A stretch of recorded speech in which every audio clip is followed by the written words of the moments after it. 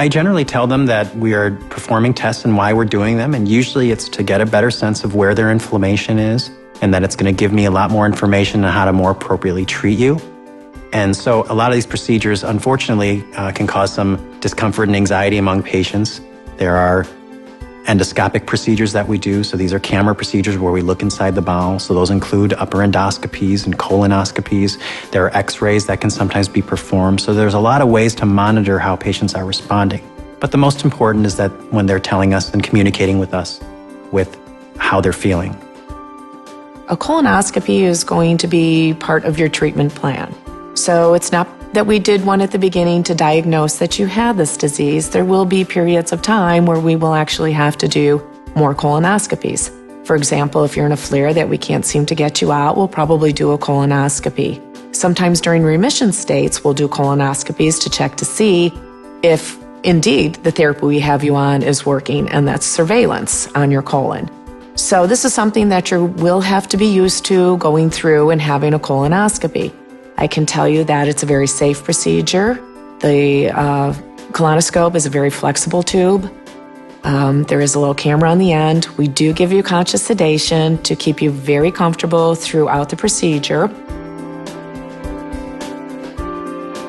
The suggestions I have for asking about procedures to doctors and nurses is just to be upfront with them.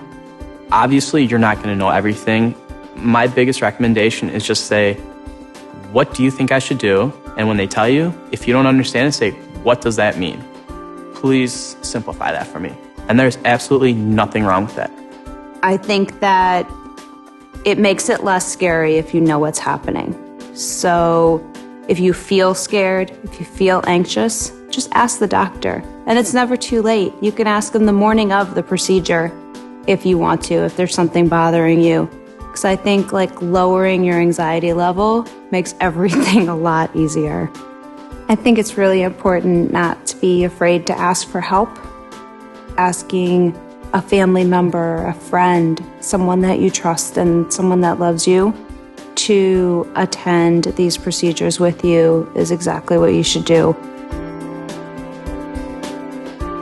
I think communication is very important between a doctor and especially an inflammatory bowel disease patient. So when I see patients, I actively tell them that I want to know about all of their problems and symptoms when they arise. Being prepared for your office visits are also very important with questions, any concerns that you might have. Being honest about your symptoms and being honest about medications you're taking or not taking is also very important.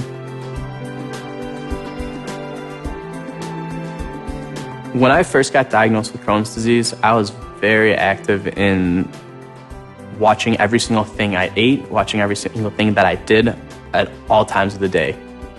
Once you've had it for a little bit, you start to get into a habit. You start to see how things work. You start to see what you can eat, what you can't eat, what you can do, what you can't do. Sometimes you need a little bit of extra rest because you're a little bit more tired than usual. And it's just a matter of being aware of your body and paying attention to it and making sure that you acknowledge it. And if you're not comfortable with something, there's nothing wrong with that. If you need an extra hour of sleep, there's nothing wrong with going to bed early one night. It's definitely what's gotten me through. I think it's important to monitor your everyday life and how you're feeling.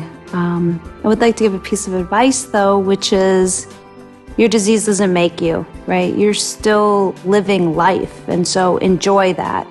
But if you have pain, if your stomach starts to hurt, if you feel, I don't know, tired or whatever the case may be, just jot it down quickly. Once again, this day in technology, your friends are gonna think you're texting. Just write it down, just jot it to know, I ate this and I felt this way, or I've been really stressed out about this upcoming something and I feel it, in my gut, or I went to the restroom X number of times, or I didn't, or whatever the case may be.